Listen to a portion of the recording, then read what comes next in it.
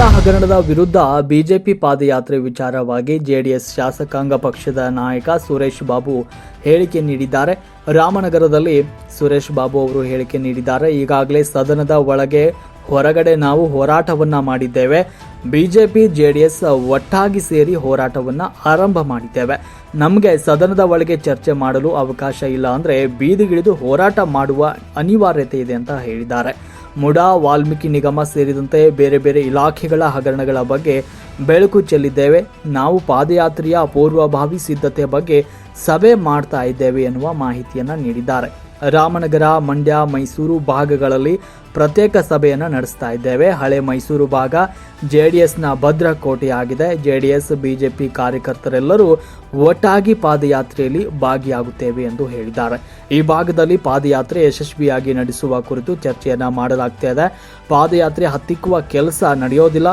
ಪ್ರಜಾಪ್ರಭುತ್ವದಲ್ಲಿ ಹೋರಾಟ ಮಾಡುವ ಹಕ್ಕು ಎಲ್ಲರಿಗೂ ಕೂಡ ಇದೆ ಅಂತ ರಾಮನಗರದಲ್ಲಿ ಶಾಸಕಾಂಗ ಪಕ್ಷದ ನಾಯಕ ಸುರೇಶ್ ಬಾಬು ಅವರು ಹೇಳಿಕೆ ನೀಡಿದ್ದಾರೆ.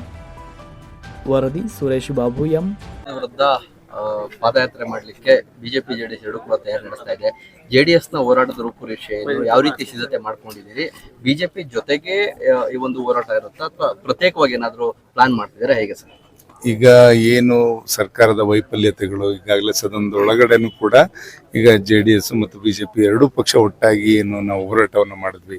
ಈಗ ST ನಿಗಮದ ಹಗರಣ ಇರ್ಬೋದು, ಮತ್ತು ಈಗ ಮೂಡ ಹಗರಣ ಇರ್ಬೋದು, ಇನ್ನು ಹಲವಾರು ಇಲಾಖೆಗಳಲ್ಲಿ ಈ ಸರ್ಕಾರ ಮಾಡಿರ್ತಕ್ಕಂಥ ಅವ್ಯವಹಾರಗಳನ್ನ ಬೆಳಕು ಚೆಲ್ಲಲಿಕ್ಕೆ ಸದನದೊಳಗಡೆನೂ ಕೂಡ ಹೋರಾಟ ಮಾಡಿದ್ವಿ. ಅಲ್ಲಿ ನಮಗೆ ಸರಿಯಾದ ರೀತಿಯಲ್ಲಿ ಇವರು ಅದನ್ನು ಚರ್ಚೆ ಮಾಡೋಕ್ಕೆಲ್ಲ ಅವಕಾಶ ಕೊಡದಂಥದ್ದು ನೋಡಿದಾಗ ನಾವು ಬೀದಿಗೆ ಇಳಿಲೇಬೇಕಾಗ್ತದೆ. ಹಾಗಾಗಿ ಎರಡೂ ಪಕ್ಷದವ್ರು ಒಟ್ಟಾಗಿ ಬಿಜೆಪಿ ಮತ್ತು ಜೆಡಿಎಸ್ನವ್ರು ಒಟ್ಟಾಗಿ ಇವತ್ತು ಬೆಂಗಳೂರಿನಿಂದ ಮೈಸೂರಿವರೆಗೂ ಕೂಡ ಪಾದಯಾತ್ರೆ ಮಾಡಬೇಕು ಅಂತಕ್ಕಂಥದ್ದು ಚರ್ಚೆ ಮೊನ್ನೆ ಎಲ್ಲ ಶಾಸಕರು ಕೂತ್ಕೊಂಡು ಚರ್ಚೆ ಮಾಡಿದ್ದೇವೆ.